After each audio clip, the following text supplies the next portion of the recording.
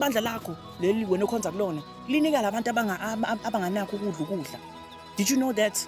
And if ibandla lakho ongakwenzi lokho lenzani-ke yini eliyenzayo ngemali yomnikelo? Lifike ligoba phela amanzi nogesi phela it's minimum. Shuthi mangabe siyeqina imali kwenziwane imali yomnikelo? Iyathatha inika abafundisi bahambe bafundise bondleke ngani ngemali enikwa ngemali eqhamuka kaNkulunkulu. Imali kaNkulunkulu liyasisho njalo mangabe sishumayeza inkonzo yomnikelo sithi imali kaNkulunkulu. Adlali masithi imali kaNkulunkulu. Leya mali kumele yenze izinto zikaNkulunkulu, ayenzi enye into. Leya mali leyana ufanele ibandla lakho ubheke ukuthi ibandla lakho liyawakha yini amanye ama-branches, because leli vangeli kumele lihambe umhlaba wonke. So kumele kwakhiwe amanye ama-branches. Mangabe imali ukuthi iningi fanele kwakhiwe amanye ama-branches ibandla li-expand umhlaba wonke. Yindaba amabandla engakhuli, yindaba amabandla ehla. Why amabandla ephela kangaka?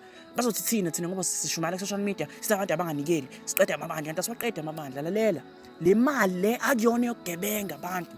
Le mali iyathathwa yokwakhiwa amabandla khona abantu bezothola ivangeli. Le mali akuyona yabantu, ekaNkulunkulu. Le mali iyathathwa iyonikwa abantu abanganakho ukudla. Le mali iyadonethwa ukuthi inikwe iy'ntandane. Lokho asikwenzi ngoba siyadlala noma akuyona yomuntu, ekaNkulunkulu. Umfundisi azafike nje nesudu entsha ebizayo namawashamasha abizayo achome ku-social media ukuthi yena unebandla.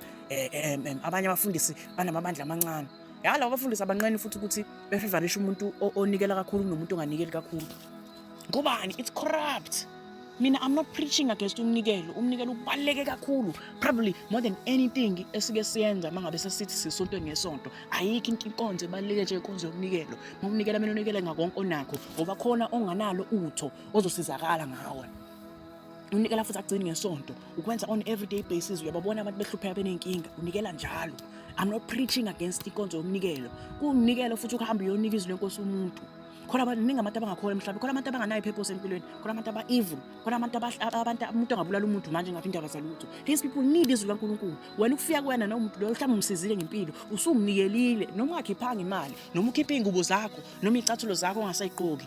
Unikela kubalulekile. I'm not preaching against umnikelo. Ngi-preach against ubugebengu obusetshenziswa abantu mase bethi ngoba nakho inkonzo yomnikelo thina sayishumayeza inkonzo yomnikelo futhi ekuseni uyifikela. Ngikushumayeza ngomnikelo, uzunikele not out of guilt.